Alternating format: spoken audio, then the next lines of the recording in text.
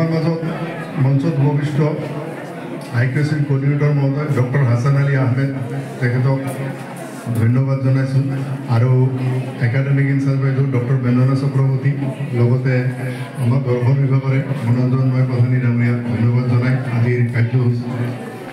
আমি আৰম্ভ কৰিবলৈ লৈছোঁ আৰু মই সকলোৰে সহযোগিতা কামনা কৰিছোঁ।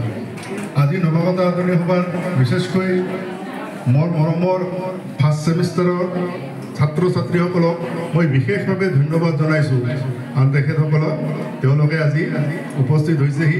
আমাৰ এই নৱাগত আদৰণি সভাৰ লগতে আমাৰ সমবেত সংগীত